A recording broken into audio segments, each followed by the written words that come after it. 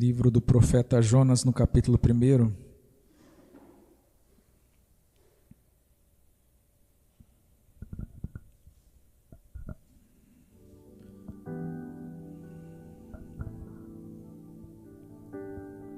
Eu vou estar usando a ACF aqui, tá, Carlos?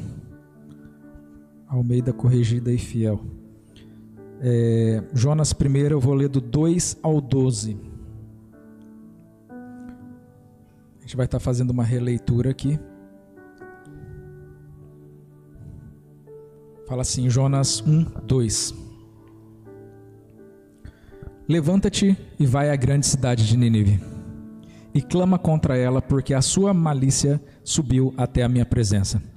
Porém, Jonas se levantou para fugir da presença do Senhor para Tarsis, e descendo a Jope, achou um navio que ia para Tarsis.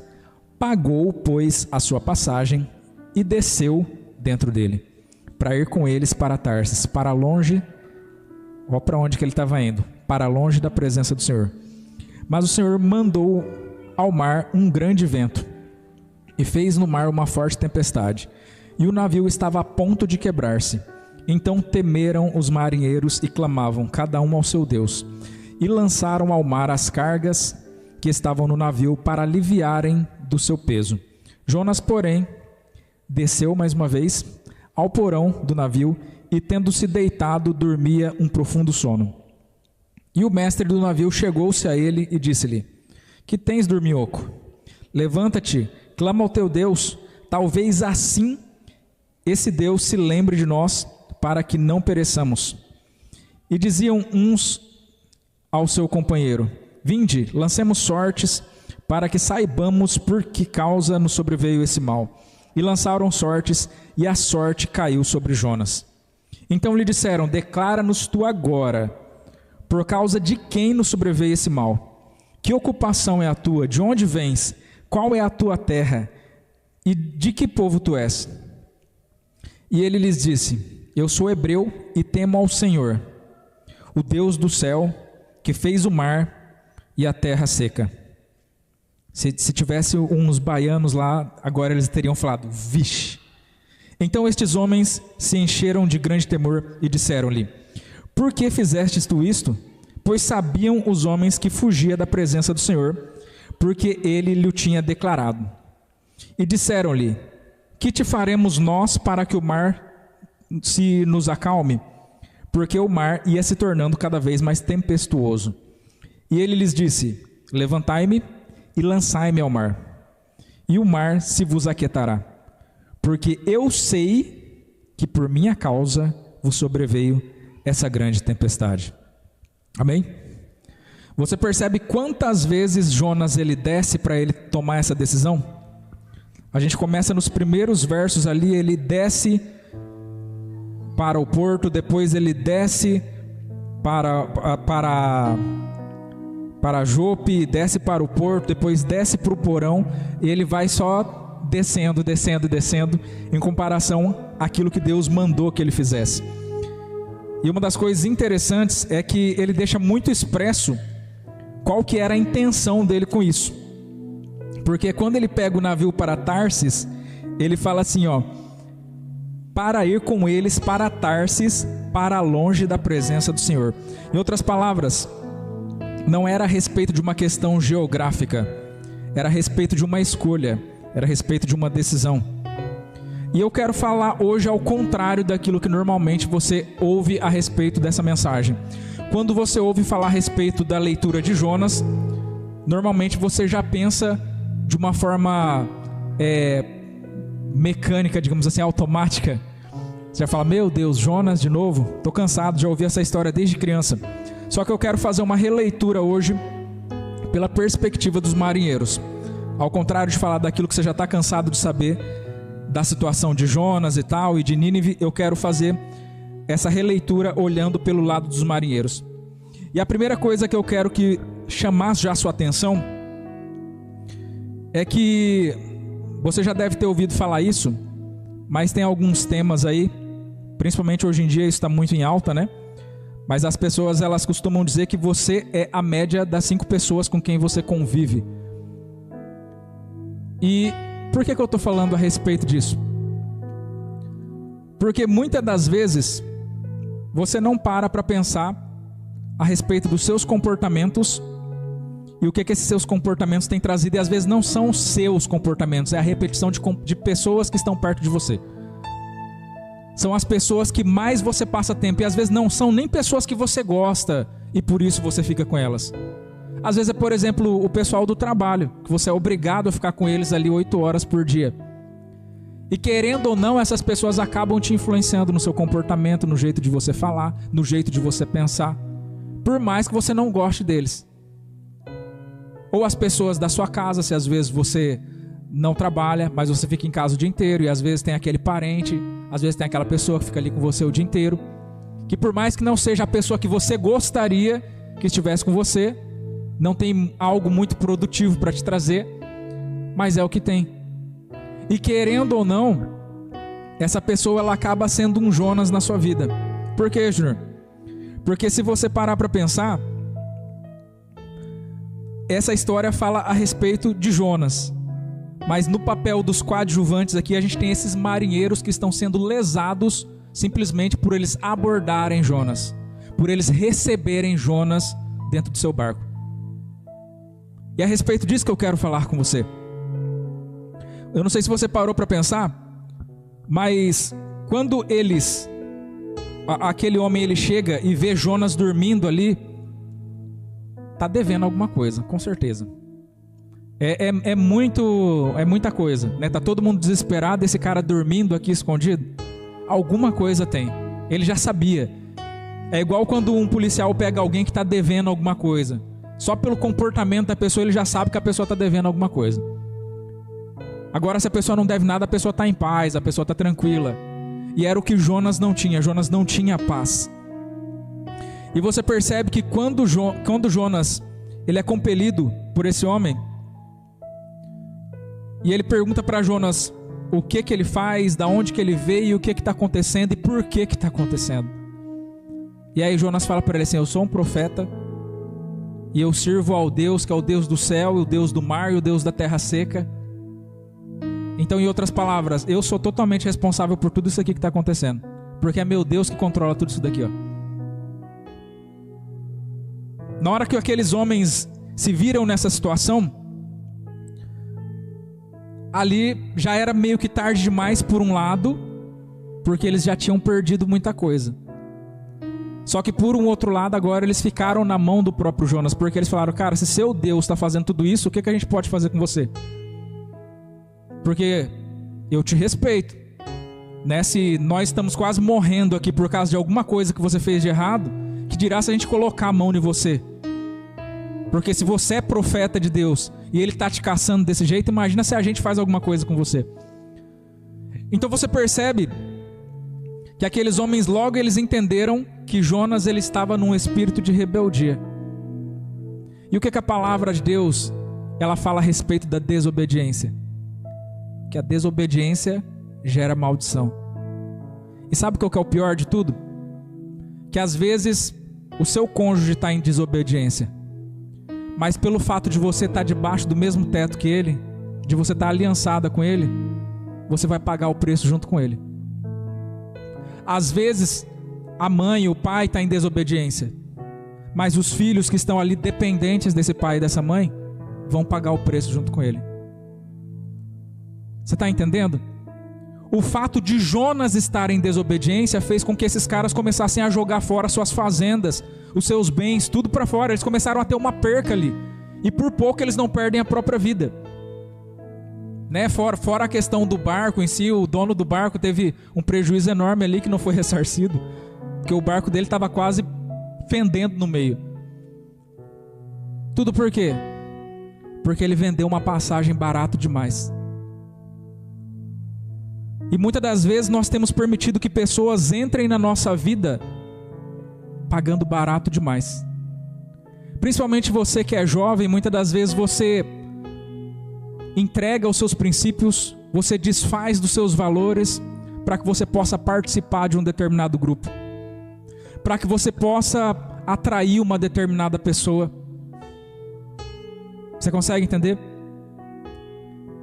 E aí você não para pensar que você está se vendendo barato demais. Porque se essa pessoa ela precisa que você abra mão daquilo que realmente tem valor para você, então ela não deve ser tão valorosa assim. Uma pessoa que tem a capacidade de te destruir, ela não deve ser tão valorosa assim. Isso é uma das coisas que está acontecendo muito, não simplesmente nessa questão de relacionamento de jovem, mas o tempo todo. Né? A palavra de Deus, ela nos vacina lá em Salmos 1, né? E ele fala assim: bem-aventurado o homem que não anda pelo conselho dos ímpios, não se assenta na roda dos escarnecedores, não se detém no caminho dos pecadores, antes medita na lei do Senhor. O que ele está falando, Júnior? Ele está falando a respeito de pessoas que não são influenciados por agentes externos, que já têm uma influência certa, que já têm um lugar para onde olhar. E é isso que me determina. Eu não sou determinado por outras pessoas ou pelo que as pessoas acham ou deixam de achar. O crente que ele viver tentando ser aprovado pelas pessoas, ele não vai conseguir ser crente. Porque ou você é crente ou você é aprovado pelas pessoas. As duas coisas você não vai conseguir. Porque o crente ele anda na contramão. Ele faz aquilo que as outras pessoas não estão fazendo. Ele pensa de uma forma que as outras pessoas não estão pensando. E cada vez mais, né, a gente está vivendo esse período de Olimpíada aí. A gente viu tanto de atrocidade que teve nessa Olimpíada que não está escrito. E a gente ficou olhando e falando assim: cara, não é possível que a gente chegou nesse ponto. Sabe, não é possível que... Sabe, parece que existe uma demência. Não é nem uma questão contra a religiosidade em si, não é nem a respeito disso, não é a respeito de dualidade. É a respeito de uma falta de entendimento mesmo. Porque se a gente simplesmente tivesse um bom senso de respeito, né, da mesma forma que as pessoas cobram tanto respeito com relação à homossexualidade, a não sei o quê, se a gente tivesse simplesmente esse bom senso de entender pessoas como pessoas e respeitar a liberdade de expressão de cada um, a gente já perceberia o tanto que tudo isso foi ridículo, né? A expressão do como que tudo isso foi ridículo. Isso na verdade não foi nada mais e nada menos do que um teatro público para o mundo inteiro ver. É simplesmente isso. É o famoso circo lá de Nero, para que todo mundo entenda: ó, agora essa daqui é a nova lei. Essa aqui é a nova lei mundial que está sendo imposta sobre vocês. E vocês têm que aceitar, pronto e acabou. Aí a gente põe o povo para correr, e põe país para ganhar medalha e não sei o quê, e aí todo mundo, ai que alegria. E vocês estão fazendo parte de um circo, sem perceber. E cada vez mais, isso que hoje era estranho, né, que a gente tem como estranheza, devagarzinho vai se tornando a nova normalidade. Você lembra quando surgiu, teve o primeiro beijo gay na novela? Meu Deus do céu, saiu nos jornais e não sei o que, e aquela bagunça toda. Hoje se não tiver um, então não é. Por quê? Porque começa gradativamente, vai vindo devagarzinho, e essa agenda ela já está sendo imposta há mais de 20 anos. Hoje o que a gente está vendo é a finalização, a concretização. Mas é uma coisa que já está estabelecida há muito tempo. Só que, a gente acha que a escola ela tem que educar os nossos filhos. A gente acha que o sistema ele tem que dar conta. E cada vez a gente percebe a nossa falta de paternidade, a nossa falta de maternidade com relação à educação, ao bom senso com relação a essas coisas. Porque se eu deixar por conta da internet, da televisão, da escola, eles vão ser mais um boneco no meio desse sistema. Consegue entender? Então a desobediência, ela gera maldição.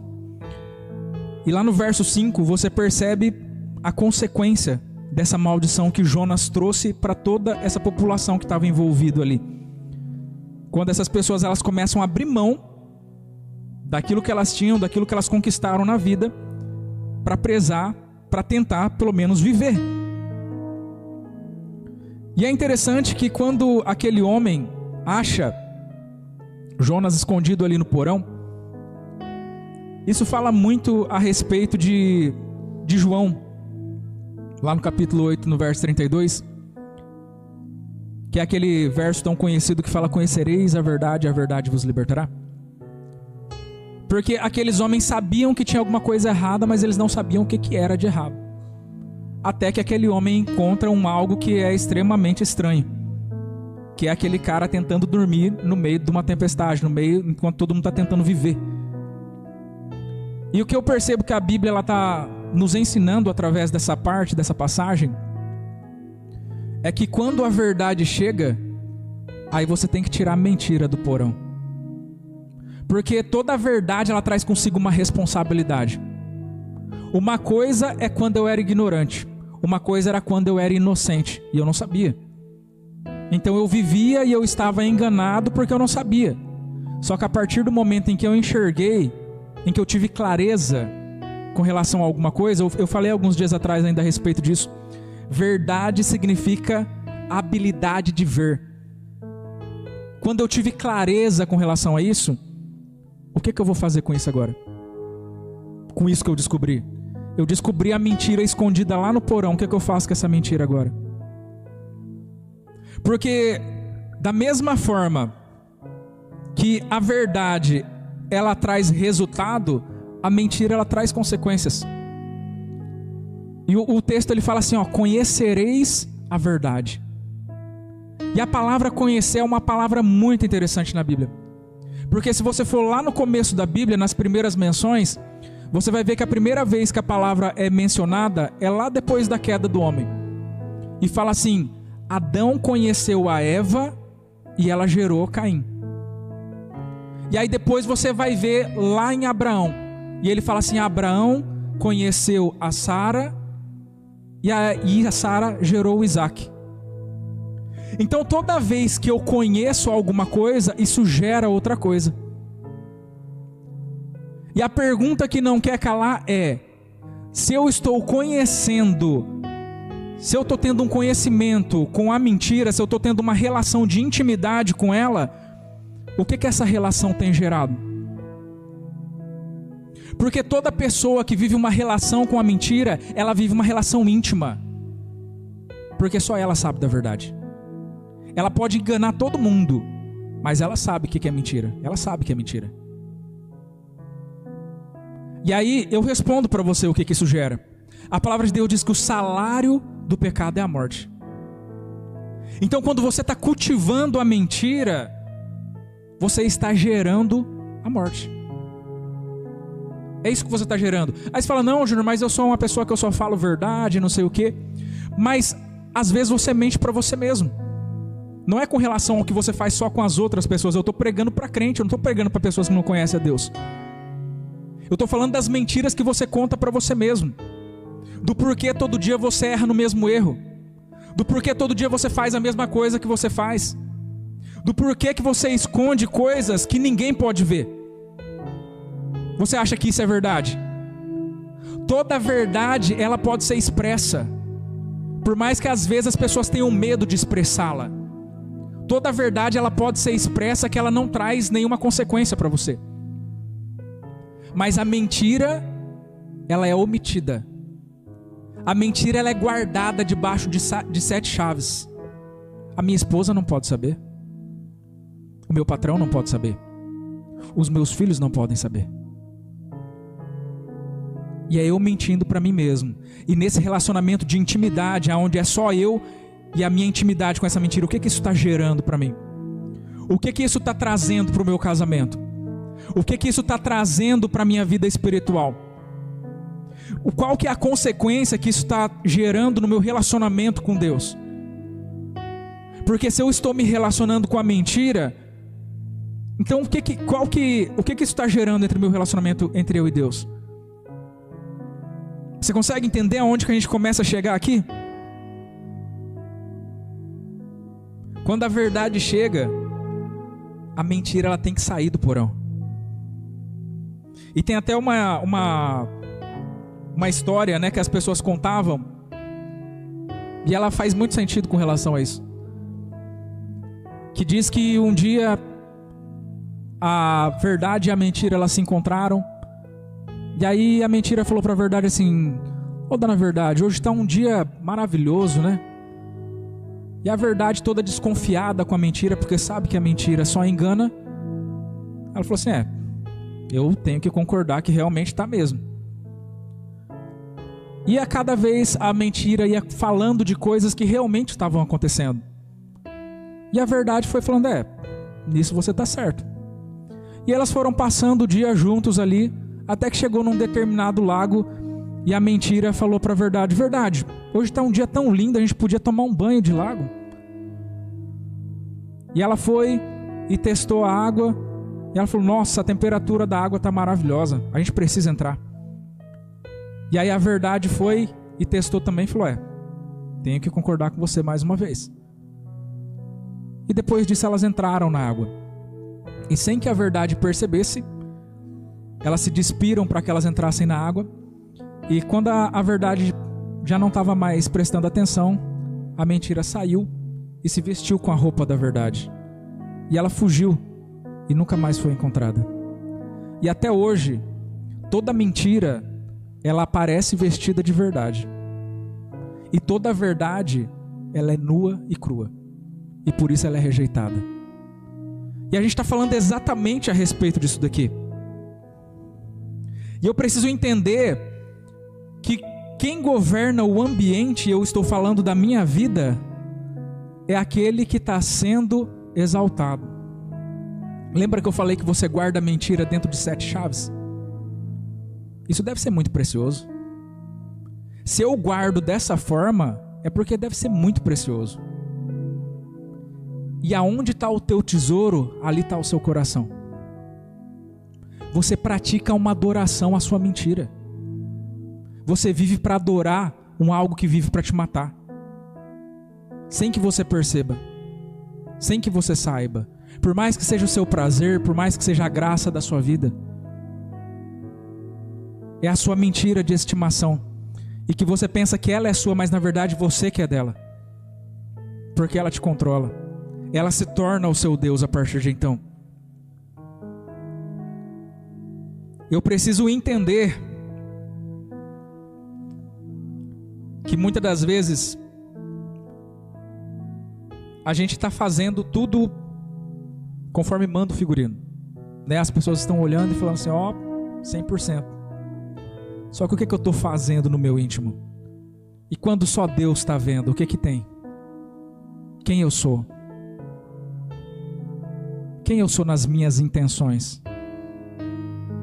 Porque a palavra de Deus, ela é isso, né?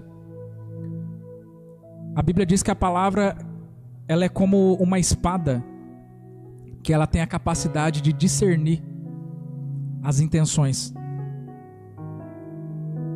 E às vezes nós pensamos no tempo arcaico, que as pessoas elas só eram pegas em flagrante. Aí sim elas seriam tidas como pecadoras.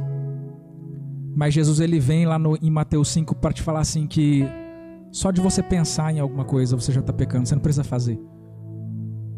A graça ela não veio para baixar o nosso nível de santidade, ela veio para elevar.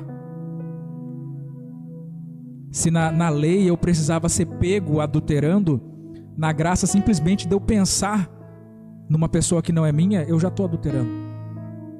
Então é um exame de consciência individual. É por isso que Paulo, ele não me dá o direito lá em Coríntios de eu julgar as outras pessoas. Ele fala, julgue pois você a você mesmo. E veja se você pode participar da ceia. É uma coisa que eu tenho que fazer no meu individual. Porque a Deus ninguém engana. Eu posso enganar todo mundo. Né? Isso é uma das coisas que eu mais vejo. E às vezes as pessoas... Eu até converso com a Esther às vezes. E as pessoas elas não conseguem entender. Mas não existe essa questão de pessoas acima de qualquer suspeita. Você percebe que aqueles filmes de detetive, o criminoso é sempre a pessoa que você menos imaginava. E na vida real é a mesma coisa. Sabe, o tempo todo eu atendo pessoas que falam assim, meu marido era um homem acima de qualquer suspeita. Eu nunca imaginei que a minha esposa pudesse fazer tal coisa. Por quê? Porque nós endeusamos as pessoas e nós colocamos expectativa demais. Nós colocamos pessoas no lugar de Deus, porque só Deus ele é inabalável. Só Deus ele nunca vai me desamparar. Só Deus nunca vai me trair. Pessoas vão me trair o tempo todo e eu preciso saber disso.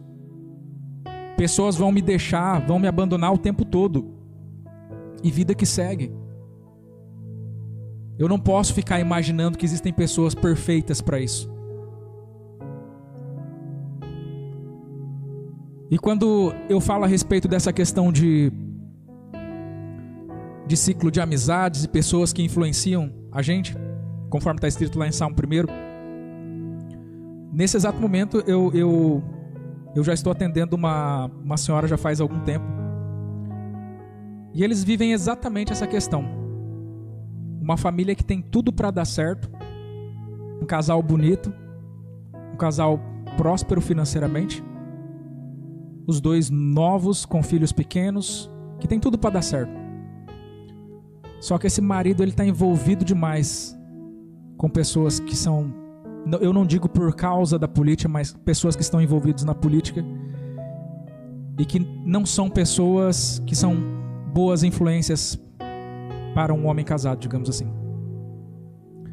E conforme ela sempre falou desde o começo, tudo aquilo que esses homens com quem ele sempre anda fazem, hoje ele está fazendo. E aquilo que era a coisa mais importante da vida dele se tornou secundário. Porque o poder agora sobe a cabeça, se torna o objeto de desejo dele, a ponto dele estar disposto a abandonar a própria família por causa disso. Por que disso, Júnior? Por causa das influências. Vai ser tarde a hora que a pessoa ela cair a ficha e ela falar assim, eu era feliz e não sabia. Consegue entender? Por quê? Porque ele ofereceu muito barato a passagem para alguém entrar na vida dele. Nós precisamos sempre estar medindo essa questão. Se realmente nós podemos dar liberdade, aí você fala assim, Júnior, mas Jesus andava com os pecadores. Jesus não andava com os pecadores. Os pecadores que andavam com Jesus. Esse que é o diferencial e faz toda a diferença.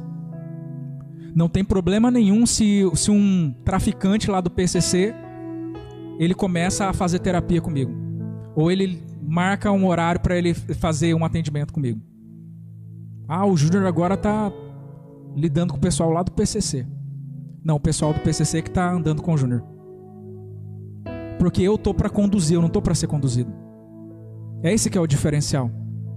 É por isso que a palavra de Deus diz assim, que os que confiam no Senhor são como os montes de Sião, que não se abalam, mas permanecem para sempre. Ele não está falando que é o Senhor que é como os montes, ele está falando que você é como os montes. Se você confiar no Senhor, por quê? Porque Ele é inabalável. Eu estou colocando a minha confiança no lugar certo. Consegue entender? E só para a gente estar fechando aqui, eu quero fazer um paralelo com Marcos 4,35, que eu não vou nem ler, que é aquela passagem de Jesus no barco, que agora é exatamente o oposto de tudo aquilo que a gente acabou de falar. A gente acabou de ler a história de Jonas, onde tinha mentira no barco. Agora em Marcos 4, a gente está vendo a história onde tem a verdade no barco. E da mesma forma que Jonas dormia no barco, Jesus também dormia no barco. E uma coisa que eu preciso te falar, por mais que você seja uma pessoa verdadeira e esteja vivendo a verdade, vai vir tempestade do mesmo jeito. O fato de você estar fazendo o certo não quer dizer que você não vai ter problemas. Muito pelo contrário, é nos problemas que são denunciados se realmente a gente está aprovado ou não. Porque enquanto está tudo normal, todo mundo é o que quiser ser, né? Mas na hora que vem a tempestade, na hora que vem a enchente, na hora que vem os ventos, é que a gente descobre se a casa ela está na areia ou se ela está na rocha. É assim que funciona. E a gente percebe que também se levanta uma tempestade ali, quando Jesus está no barco. Qual que é o diferencial, Júnior? O diferencial é que assim como a mentira ela te envergonha, a verdade ela te dá autoridade. Com a verdade você tem autoridade para mudar as circunstâncias. Esse que é o diferencial. Esse que é o total diferencial. Lá em Romanos 6:23, conforme eu falei, fala que o salário do pecado é a morte. E aí eu fico pensando a respeito do verso 38 lá de Marcos 4, onde um dos discípulos desesperados, ele chega para Jesus e fala assim: Senhor, o Senhor não importa que morramos? E ao invés de Jesus responder a pergunta dele, Jesus responde com o seu comportamento. Ele se levanta, enquanto do mesmo jeito que lá no barco de Jonas as pessoas estavam jogando as coisas para fora do barco e tentando dar o seu jeito, Jesus ele se levanta e ele aquieta o vento e acalma o mar, e agora perfeita bonança reina novamente. O que Jesus está falando com isso? É como se ele dissesse que o pecado ele gera morte, mas eu vim para que vocês tenham vida, e vida em abundância. Júnior, o que a minha relação com a verdade está me produzindo? Vida com abundância. Se você vive uma relação com a mentira, automaticamente você está trazendo a vida para você, está trazendo a morte para você, a morte para sua família, a morte para a sua vida financeira, a morte em todas as áreas da sua vida. Enquanto você habita na mentira, enquanto você se esconde ali na sua mentira, é isso que você está trazendo para você e para as pessoas que estão junto com você. Porque conforme eu falei alguns dias atrás aqui, num ambiente sistêmico, não existe nenhum sofrimento que seja solo. Sempre tem pessoas que estão sofrendo junto comigo. Sempre tem pessoas que vão pagar o preço por contas que eles não fizeram, simplesmente porque eles estão ligados a mim. Consegue entender? E é por isso que eu tenho que ser muito responsável com a minha própria vida, porque eu não estou falando por mim só. Tem pessoas que dependem de mim. O salário do pecado é a morte, mas eu vim para que vocês tenham vida e a tenham em abundância. Lá em Provérbios 10:22 fala que a bênção de Deus, ela enriquece e não acrescenta dor. É uma escolha que nós temos para fazer. Jesus ele fala assim: eu não vim para condenar ninguém. A própria palavra vai condenar. Ele veio para que você tenha vida e você tenha abundância. E quando ele fala assim, eu sou o caminho, esse relacionamento é a respeito de você com ele. Eu sou a verdade. A verdade é uma pessoa. Não é a respeito do que você acha, não é a respeito do que te contaram. A verdade não cabe num estatuto. A verdade não cabe numa religião. A verdade é sobre ele, para ele, e é tudo dele. Ele é uma pessoa. E quanto mais a gente se aproxima, mais a gente conhece da verdade dele. Ele fala assim: toda a terra se encherá do conhecimento da glória de Deus. Quanto mais eu conheço da verdade, mais eu tenho para conhecer. Porque quanto mais eu conheço de Cristo, mais eu percebo que eu ainda não sei nada. E aí a gente começa a entender qual que é a diferença. Porque a gente tem muito teórico também dentro da igreja, né? A gente começa a entender qual que é a diferença da sabedoria que Salomão falava tanto, de você ser sábio e de você saber. Porque às vezes quando eu trago uma mensagem dessa, dentro de você já fica assim: não, já sei, tudo isso aí que você está falando eu já sei. Por que não coloca em prática? Está apanhando na cara por quê então? Por que está sofrendo? Se você já sabe. Então essa é a diferença de você saber e de você ser sábio. Porque o sábio, você lembra daquelas histórias do sábio, que tinha um sábio na história? Como que era a vida desse sábio? Ele era um cara totalmente diferentão, né? Ele é um cara estranho, ele é um cara que não é muito sociável. Normalmente ele é um eremita que mora em cima de uma montanha de difícil acesso e não sei o que, e ele fala coisas difíceis de entender. Qual que é a diferença desse sábio? Porque é uma pessoa que pratica aquilo que ele mesmo ensina. Não é simplesmente teoria. É por isso que a vida dele é diferente. É por isso que ele não sofre por aquilo que você sofre. Porque ele aprendeu o mesmo segredo lá de Paulo de Filipenses. eu aprendi o segredo da felicidade. Mesmo levando pedrada no meio da esquina, mesmo sendo preso toda hora, mesmo sendo deportado de lá para cá, mesmo sendo açoitado o tempo todo. Sim, independente de tudo isso, eu aprendi o segredo da felicidade. E aí no final ele termina falando assim: tudo eu posso naquele que me fortalece. Quando você anda com a verdade, aí você vive uma vida, você vive uma paz que excede todo o entendimento. Só na verdade que existe a paz que excede todo o entendimento. Mas como que você consegue viver feliz assim, trancado na prisão, sendo açoitado? Como que é possível uma pessoa viver feliz desse jeito? Não tem explicação. É por isso que excede todo o entendimento. Para você viver a paz que excede todo o entendimento, você tem que abrir mão do direito de entender. Não é sobre você, é sobre ele de novo. O tempo já deu uma estourada aqui, eu gostaria de pedir para que você ficasse de pé.